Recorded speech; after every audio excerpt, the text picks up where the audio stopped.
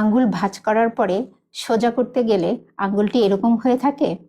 অনেক সময় অন্য হাতের সাহায্য নিয়ে আঙ্গুলটি সোজা করতে হয়, ক্লিক শব্দ হয়, আঙ্গুলের গোড়ায় দানার মতো মনে হয়, চাপ দিলে ব্যথা করে। এটি হতে পারে ট্রিগার ফিঙ্গার। আসসালামু আলাইকুম, আমি লায়লা মমতাজ, ফিজিওথেরাপি কনসালটেন্ট। আমি প্রতিদিন শুক্রবার ব্যতীত বিকেল 3টে থেকে রাত 9টা পর্যন্ত বসি আলমানা লেজার ফিজিওথেরাপি সেন্টারে। আজ আমি কথা বলবো বর্তমান সময়ে খুবই সাধারণ কিন্তু গুরুত্বপূর্ণ একটি সমস্যা, ট্রিগার ফিঙ্গার নিয়ে। আমরা এখন জানবো ট্রিগার ফিঙ্গার কি। আমরা আঙ্গুল বাঁকা করার জন্য যে ফ্লেক্সর টেন্ডনগুলো, মাসেলগুলো থাকে, তার টেন্ডনগুলো এই হাড়ের সাথে লাগিয়ে রাখার জন্য A1 থেকে A5 ছোট ছোট ফাইব্রাস ব্র্যান্ডের পুলি থাকে। যখন কোনো কারণে এই A1 পুলিটা সংকীর্ণ হয়ে যায়, তখন ওই টেন্ডনটা ফুলে যায়, তখন আঙ্গুলটি এরকম লক হয়ে যায়। একেই বলে ট্রিগার ফিঙ্গার। ট্রিগার ফিঙ্গার কেন এর নাম দেওয়া হয়েছে ট্রিগার ফিঙ্গার? অনেকটা বন্দুকের ট্রিগার টানার মতো দেখায় বলে এর নাম ট্রিগার ফিঙ্গার। ট্রিগার ফিঙ্গার দুই হাতের যে কোনো আঙ্গুলেই হতে পারে, তবে মোস্ট কমন দুটি আঙ্গুল হচ্ছে রিং ফিঙ্গার এবং থাম্ব। কাদের ট্রিগার ফিঙ্গার হওয়ার চান্স বেশি থাকে? যারা হাতের মুভমেন্ট অতিরিক্ত করেন, যেমন যারা রান্না বান্না করেন, মোবাইল ফোন ইউজ করেন, টাইপিং করেন, ল্যাপটপ ব্যবহার করেন বেশি, যারা হস্তশিল্পের কাজ করেন, যারা সেলাই করেন, যাদের ডায়াবেটিস থাকে। বাসায় আমরা কিভাবে বুঝতে পারবো যে আমার ট্রিগার ফিঙ্গার আছে? 3টি টেস্ট সহজ বলে দিচ্ছি। প্রথম টেস্টটির নাম হচ্ছে অ্যাক্টিভ ফ্লেকশন এক্সটেনশন টেস্ট। আমরা সকালে বা যে কোনো টাইমে আঙ্গুলটিকে ভাঁজ করব, তারপরে যখন সোজা করতে যাব তখন যদি এরকম পজিশন হয়ে যায় তাহলে বুঝবো টেস্টটি পজিটিভ, মানে আমার ট্রিগার ফিঙ্গার হতে পারে। দ্বিতীয় টেস্টটি হচ্ছে পালপেশন টেস্ট। যে হাতের আঙ্গুল ব্যথা, সেই হাতের এই জায়গাটা দেখবেন দানার মতো লাগে কিনা বা চাপ দিলে ব্যথা করে কিনা, তাহলে বুঝবো ট্রিগার ফিঙ্গার। তৃতীয় টেস্টটি হচ্ছে মর্নিং স্টিফনেস চেক। সকালে যখন আমরা আঙ্গুলগুলো ভাঁজ করতে যাব, শক্ত মনে হবে, কষ্ট হবে এবং আঙ্গুলটি এরকম হয়ে যাবে, তখন আমরা বুঝবো এটি ট্রিগার ফিঙ্গার হতে পারে। হোম ট্রিটমেন্ট বা বাসায় আমরা কিভাবে ট্রিগার ফিঙ্গারের চিকিৎসা নিতে পারি? প্রথমে যে কাজটি করব সেটি হচ্ছে পর্যাপ্ত রেস্ট, মানে যতদূর সম্ভব অফ ওয়ার্ক।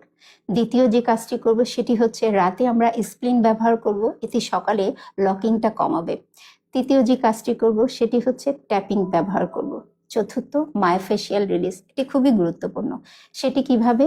প্রথমে আমরা হাতটিকে এলবো ক্রিজ থেকে রিস্ট ক্রিজ বরাবর 3টা লাইন ধরে নিব। এই 3 লাইন বরাবর আমরা এইভাবে মায়োফেশিয়াল রিলিজ করব। এই লাইন, তারপরে মাঝের এই লাইন, তারপরে বাইরের এই লাইনটা, এভাবে করে এই পর্যন্ত আসব। তারপরে আমরা রিস্ট ক্রিজ থেকে এই আঙ্গুল বরাবর মায়োফেশিয়াল রিলিজ করব, ঠিক এইভাবে। তারপরে যেখানে আমাদের নডিউলের মতো আছে সেই জায়গাটিতে আমরা চেপে ধরে side to side, up and down এবং সার্কুলার ভাবে মায়োফেশিয়াল রিলিজ করব। তারপর ওই জায়গাটি চেপে ধরে আঙ্গুল সোজা করব, আবার বাঁকা করব। যদি ব্যথাটা অ্যাকিউট হয় তাহলে আমরা আইস কম্প্রেশন দিব 10 মিনিট করে 3 বেলা। যদি ব্যথাটা ক্রনিক হয় তাহলে 20 মিনিট করে 3 বেলায় হট কম্প্রেশন দিব। এখন যে কাজটি করবে সেটি খুবই গুরুত্বপূর্ণ এক্সারসাইজ। প্রথম এক্সারসাইজটির নাম হচ্ছে stretching exercise, single finger stretching exercise. সেটি কিভাবে? প্রথমে যে আঙ্গুলটি ব্যথা সেই আঙ্গুলটি অন্য আঙ্গুলটি দিয়ে যতদূর সম্ভব আপনার দিকে টেনে ধরুন। এভাবে 10 সেকেন্ড ধরে রাখুন, তারপর আস্তে করে ছেড়ে দিন। এটা 3 বেলা 10 বার করে করবেন। তারপর সবগুলো আঙ্গুল এইভাবে রেখে উল্টিয়ে আপনার দিকে স্ট্রেচ করে রাখুন যতদূর সম্ভব, 10 পর্যন্ত গুনুন, ছেড়ে দিন। এটা 3 বেলায় 10 বার করে করবেন। এখন যে এক্সারসাইজটির কথা বলবো সেটি হচ্ছে স্ট্রেংথেনিং এক্সারসাইজ। এরকম একটা রাবার ব্যান্ড হাতের মধ্যে, আঙ্গুলের মধ্যে লাগিয়ে যতদূর সম্ভব ছড়িয়ে রাখুন, 10 পর্যন্ত গুনবেন, 10 বার 3 বেলা করে। তারপরে একটা টেনিস বল দিয়ে যে এক্সারসাইজটি করব সেটি হচ্ছে টেনিস বলটিকে যতদূর সম্ভব মুঠির মধ্যে নিয়ে আপনি চেপে ধরবেন, 10 পর্যন্ত গুনবেন, ছেড়ে দিবেন। এখন করব টেন্ডন গ্লাইডিং এক্সারসাইজ। সেটি কিভাবে?